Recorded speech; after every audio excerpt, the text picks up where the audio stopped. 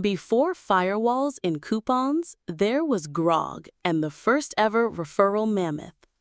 In the vast and icy plains of the prehistoric world, survival was a daily gamble. Food was scarce, danger was constant, and trust among tribes was worth more than a pile of polished stones.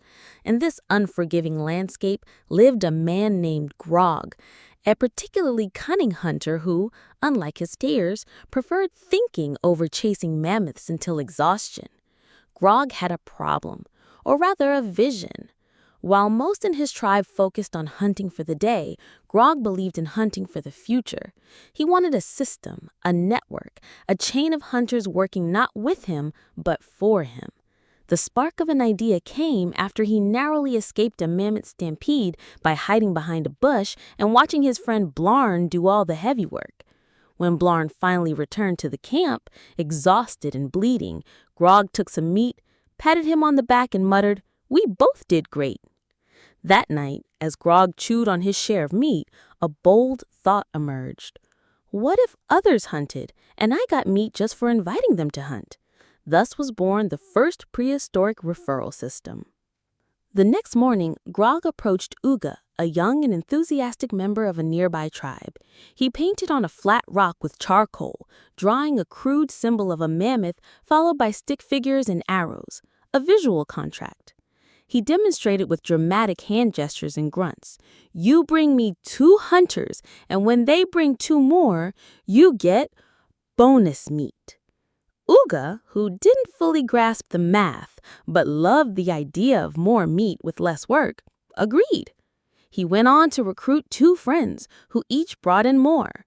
Within a moon cycle, Grog was sitting comfortably by the fire with slabs of mammoth meat piling at his feet, all thanks to his growing network of hunters, none of whom he actually accompanied.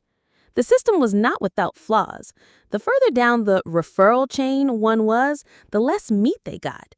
At some point, new recruits realized that they were doing most of the work while Grog simply watched, chewed, and occasionally clapped. Dissent began to brew.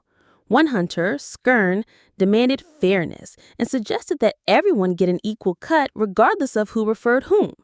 Grog, annoyed, called Skern anti-progress and painted his face on a rock with a big red X. Despite the rebellion, Grog's referral idea had already spread across neighboring tribes. Soon everyone wanted in. Some tried to start their own networks, but none could match Grog's original mammothgram, a catchy term he scrawled on a cave wall. As more hunters joined the system, things got complicated. Arguments broke out over who referred whom. Some drew fake lines in the dirt to claim credit, and a few tried to register rocks as recruits to gain extra bonuses. Eventually, the whole structure collapsed under its own absurdity, and Grog was left with the hoard of mammoth bones, a sore jaw, and an entire tribe glaring at him. He quietly moved to another valley, but his idea had already taken root.